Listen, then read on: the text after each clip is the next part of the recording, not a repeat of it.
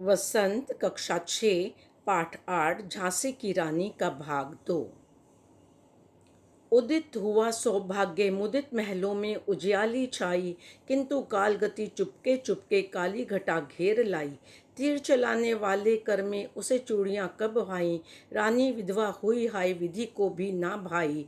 निसंतान मरे राजा जी, रानी शोक समानी थी, बुंदेले हर बोलों के मुंह से हमने सुनी कहानी थी। रानी के विवाह के पश्चात झांसी का सौभाग्य जाग गया, महल में प्रसन्नता का प्रकाश हो गया, परंतु आहिस्ता आहिस्ता समय के साथ दुर्भाग्य के बादल भी घिर आए। दुर्भाग्य का तीर चलाने वाले हाथों का चूड़ियां पहनना अच्छा नहीं लगा और हाय, रानी लक्ष्मीबाई विधवा हो गईं। उन पर भाग्य को भी दया नहीं आई। राजा गंगाधर राव निसंतान मर गए, रानी शोक में डूब गई। हमने रानी झांसी लक्ष्मीबाई की वीरता की कहानी यह बुंदेले खंड से सुनी।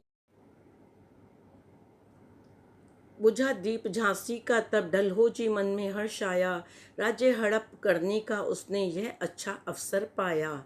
फौरन फौजें भेज दुर्ग पर अपना झंडा फहराया, लावारिस का वारिस बनकर ब्रिटिश राज्य झांसी आया। अश्रुपूर्णा रानी ने देखा, झांसी हुई वीरानी थी, बुंदेले हर बोलों के हमने सुनी कहानी थी।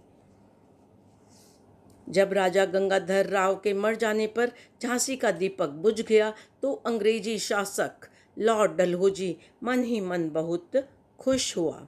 उसे लगा झांसी को हड़प कर अंग्रेजी राज में मिलाने का यही अच्छा मौका है। उसने जल्दी से अपनी फौजें भेजकर झांसी के किले पर अपना झंडा फहराया। रानी ने आंसू भरकर देखा, झांसी उजड़ चुकी थी। हमने यह कहानी बुंदेले हर बोलों के मुंह से सुनी थी कि रानी हमेशा पुरुषों की तरह वीरांगना बनकर लड़ी थी। अनुन्य विन्य नहीं सुनती है विकट शासकों की माया, व्यापारी बन दया चाहता था जब यह भारत आया।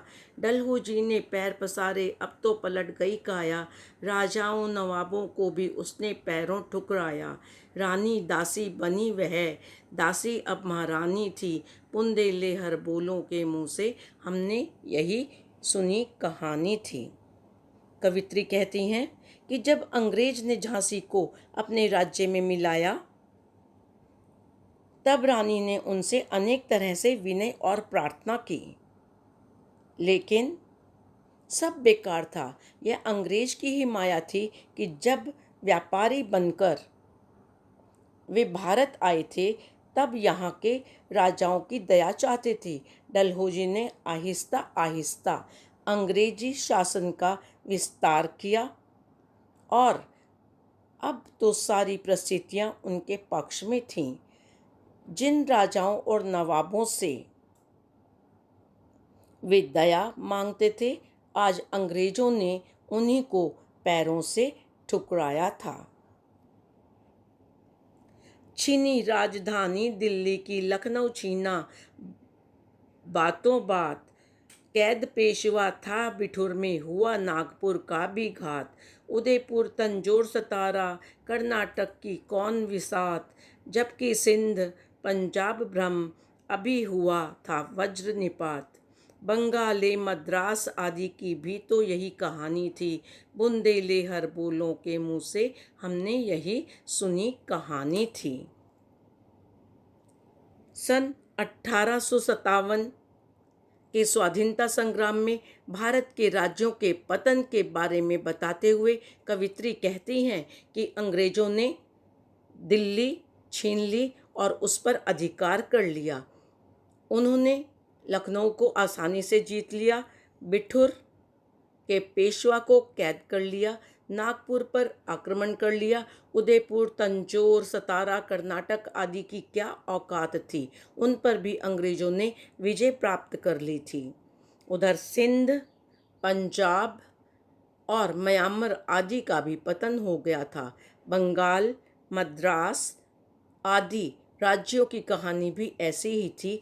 वे जीते जा चुके थे। हमने बुंदेले हरबोलों के मुख से यही सुना था कि झांसी की रानी एक वीरांगना थी।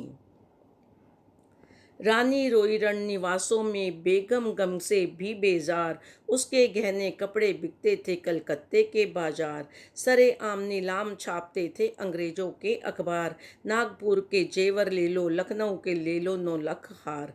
यूं पर्दे की इज्जत परदेस के हाथ बिकानी थी, बुंदेले हरबोलों के मुख से हमने सुनी यही कहानी थी। झांसी की रांझा की मौत के बाद अंग्रेजों के झांसी पर कब्जा कर लेने की वजह से रानी अपने रण निवास में दुखी होकर रह रही थी। दूसरी रानियां तथा औरतें सभी दुख से परेशान थीं। उनके बहुमूल्य कपड़े और गहने कलकत्ता के बाजारों में बिक रहे थे।